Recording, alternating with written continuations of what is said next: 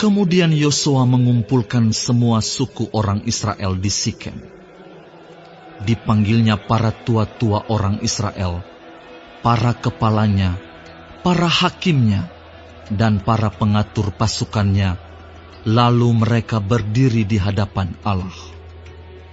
Berkatalah Yosua kepada seluruh bangsa itu, "Beginilah firman Tuhan, Allah Israel. Dahulu kala di seberang sungai Efrat, disitulah diam nenek moyangmu, yakni Terah, ayah Abraham, dan ayah Nahor, dan mereka beribadah kepada Allah lain. Tetapi aku mengambil Abraham bapamu itu dari seberang sungai Efrat, dan menyuruh dia menjelajahi seluruh tanah Kanaan. Aku membuat banyak keturunannya dan memberikan Ishak kepadanya. Kepada Ishak kuberikan Yakub dan Esau. Kepada Esau kuberikan pegunungan Seir menjadi miliknya.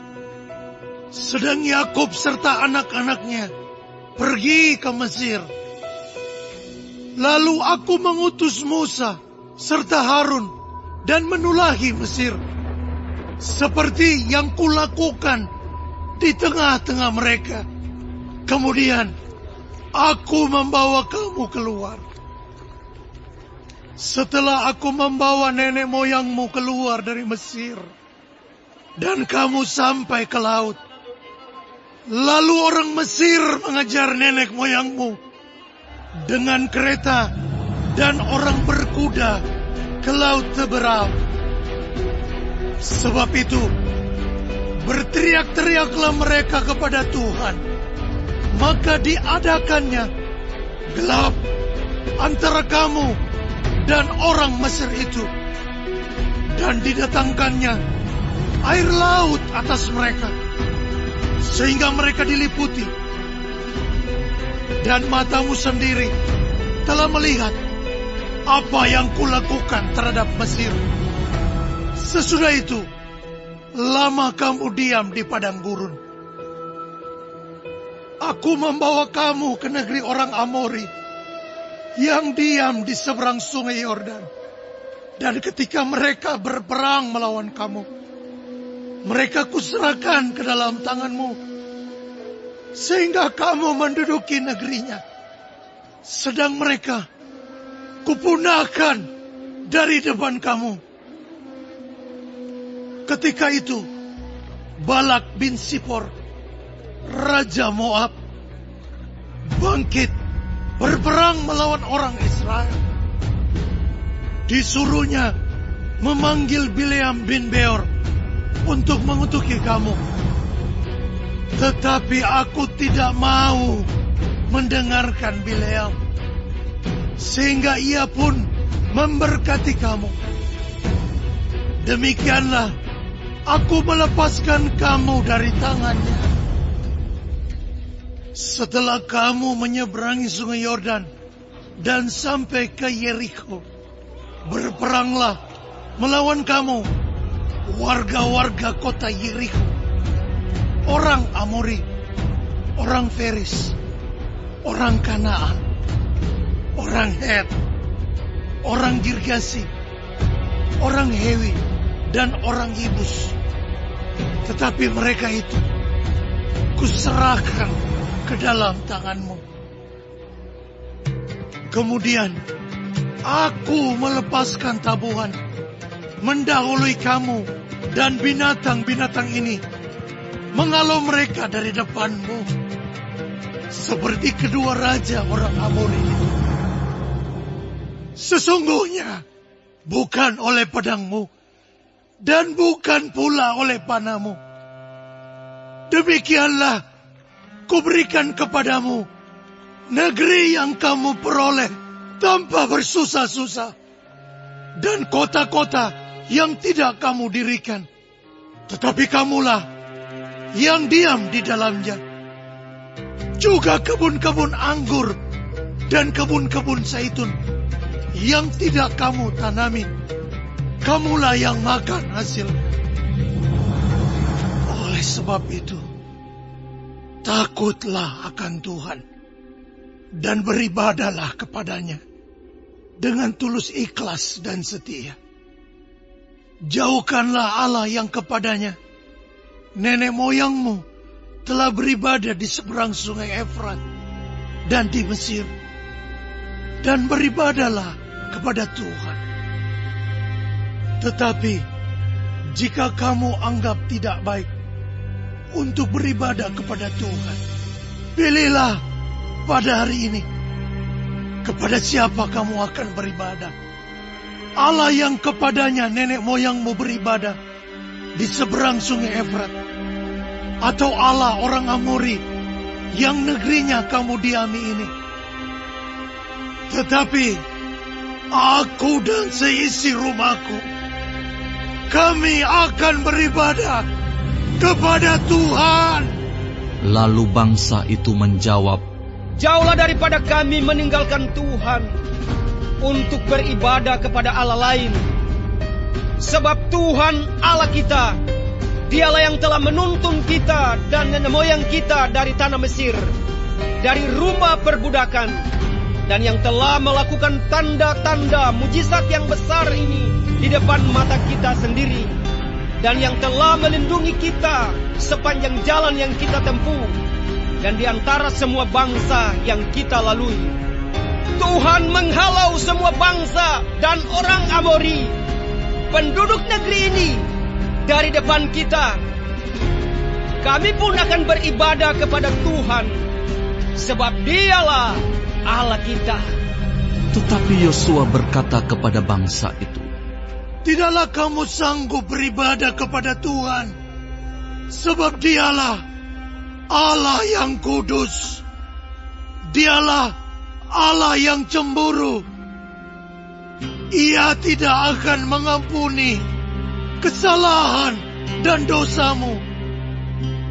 Apabila kamu meninggalkan Tuhan dan beribadah kepada Allah asing, maka Ia akan berbalik daripadamu dan melakukan yang tidak baik kepada kamu, serta membinasakan kamu, setelah Ia melakukan yang baik kepada kamu dahulu. Tetapi bangsa itu berkata kepada Yosua, tidak, hanya kepada Tuhan saja kami akan beribadah.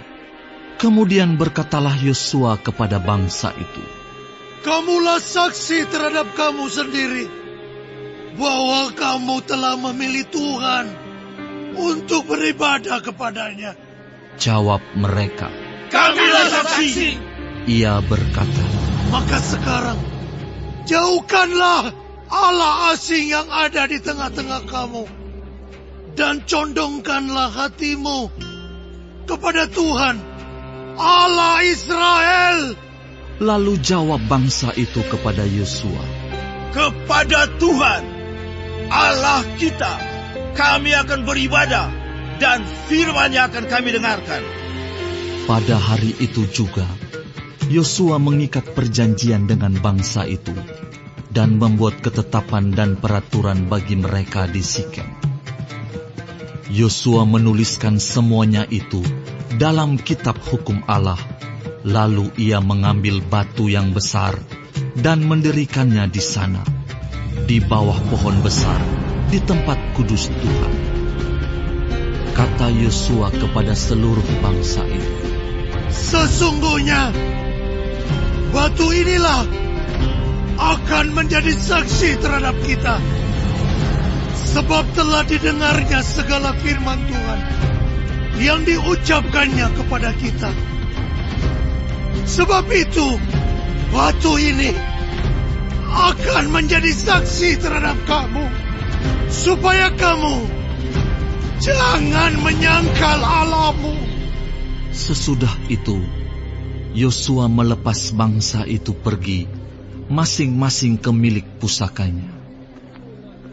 Dan sesudah peristiwa-peristiwa ini, maka matilah Yosua bin Nun, hamba Tuhan itu, ketika berumur 110 tahun.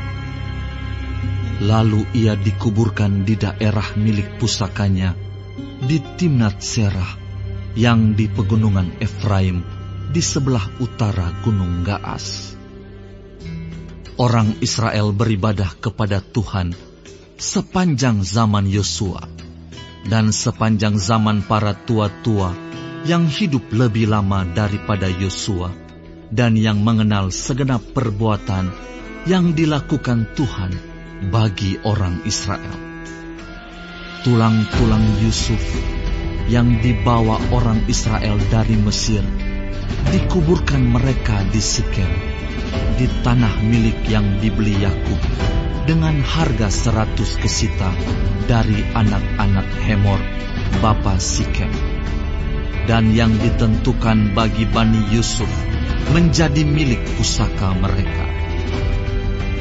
Juga Eleazar bin Harun mati, dan dia dikuburkan di bukit yang diberikan kepada Pinehas, anaknya itu, di pegunungan Efraim.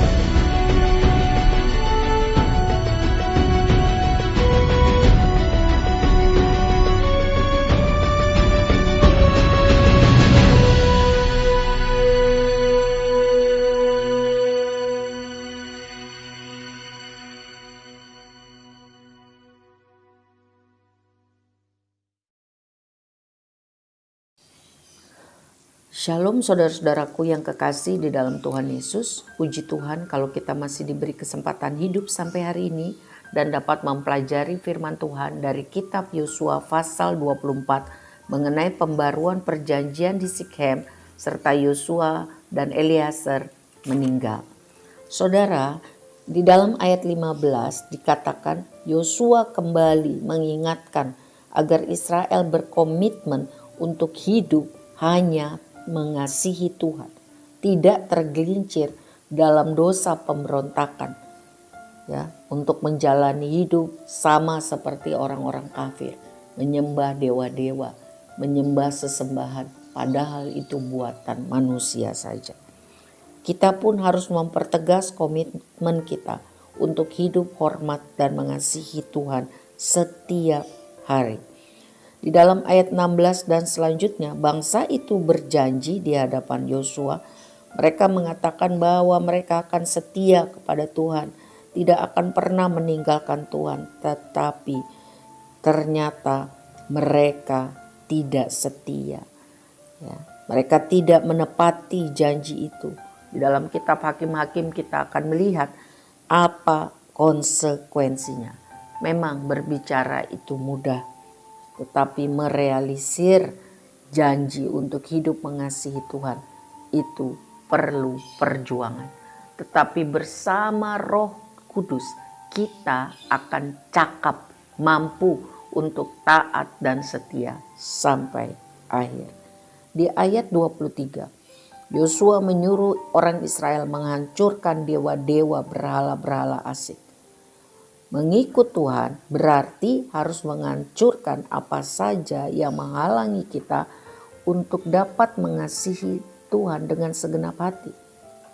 Mungkin kita juga memiliki berhala-berhala atau hal-hal yang kita sayangi sama bahkan lebih daripada Tuhan.